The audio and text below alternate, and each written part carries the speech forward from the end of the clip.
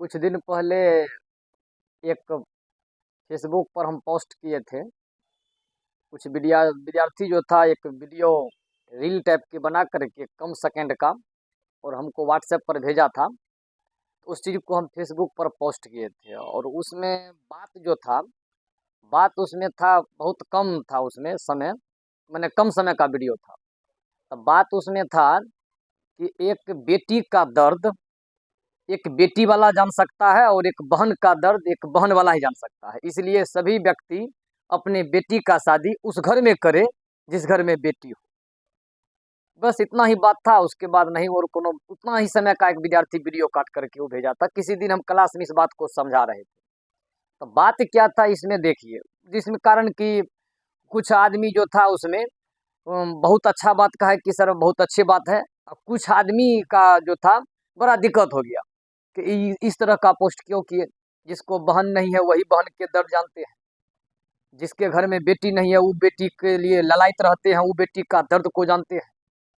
तो हम जो खास करके इस तरह के बात समझा रहे थे, तो मेरा समझाने का मतलब ये था कि आज हम समाज में देखते हैं कि लड़कियों को परेशान किया जाता है, बेटियों को हर घर में परेशान किया जाता है, शादी के बाद काफ़ी परेशानी होता है।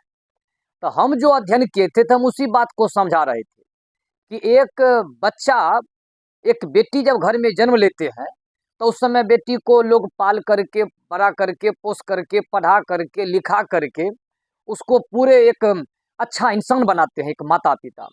और एक ऐसा समय आता है कि उस बेटी का किसी अदर जगह शादी करके और बेटी को जो अपने घर से विदा कर देते हैं। तो जब बेटी को विदाई कर देते हैं तो उस समय बाप के दिल पर क्या बीतता है, माता के दिल पर क्या बीतता है, भाई के दिल पर क्या बीतता है। एक घर के खून को, जिस खून को बचपन से पाल करके पोस करके बड़ा करना, एक अच्छा इंसान बनाना, पढ़ाना लिखाना, सारे जीवन के मेहनत का कमाई जो होता है उस बच्चे के प्रति लगाना, और उसको लगाने के बाद अपने बच्चा को, अपने बेटी को किसी और के घर में भेज देते हैं। और उसके बाद जब बेटी को तकलीफ होता है तो कितना दुख की बात है। तो इसीलिए हम कहे थे कि जिस पिता को बेटी है वह इस दर्द को समझते हैं, इसलिए उसके घर में अगर कोई लड़की आते हैं तो वह उसके साथ गलत बिहेव नहीं करते, क्योंकि वह सोचते हैं कि हमारा भी बेटी किसी और के घर गए, तो क्या दिल पर बीत रहा है वह बेटी वाला जान सकते हैं। और जिसके घर में बेटी है ही नहीं, तो वो बेटी क्या आपके घर से तो कुछ त्यागे नहीं हुआ है। तो जब आपके घर से बहन का त्याग नहीं हुआ, जब आपके घर से बेटी का त्याग नहीं हुआ, तो आपको दर्द पता नहीं होगा। सच में दर्द उसको पता है जो अपने बेटी को अपना घर से विदाई करते हैं। जाकर के उसको पूछिए, जिस दिन बेटी घर से जाते हैं क्या दर्द गुजरता है दिल पर। इस बात को आप जब जा करके देखिएगा ना, तब आपको पता चलेगा। किसी शादी में आप जा करके अध्ययन कर लीजिएगा कि उस बाप के दिल पर क्या बीतता है। जा करके कोना में रोता है, और इतना रोता है ना कि आप जा करके देख लीजिएगा, शादी में अध्ययन कीजिएगा कि उस पिता के दिल पर क्या बीतता है। वो चुपचाप जा करके किसी साइड में रोता है कि रोते हुए कोई देख नहीं ले, मेरा बेटी अगर देख लेंगे तो कमजोर हो जाएंगे। जिस कारण बेटी को हौसला देते हैं कि तुम जाओ, तुम्हारे साथ हम हैं। लेकिन वह जा करके घर के किसी कोना में रो लेता है, वह मम्मी रो लेती है, वह भाई रो लेता है। तो इसीलिए मेरा कहना था कि एक बेटी का दर्द एक बेटी वाला जान सकता है, एक बहन का दर्द एक बहन वाला जान सकता है, एक माता उस बेटी के दर्द को जान सकते हैं। तो जब बेटी को त्याग करेंगे तो दूसरा जो घर में बेटी आएंगे ना, तब उसका आप इज्जत कीजिएगा।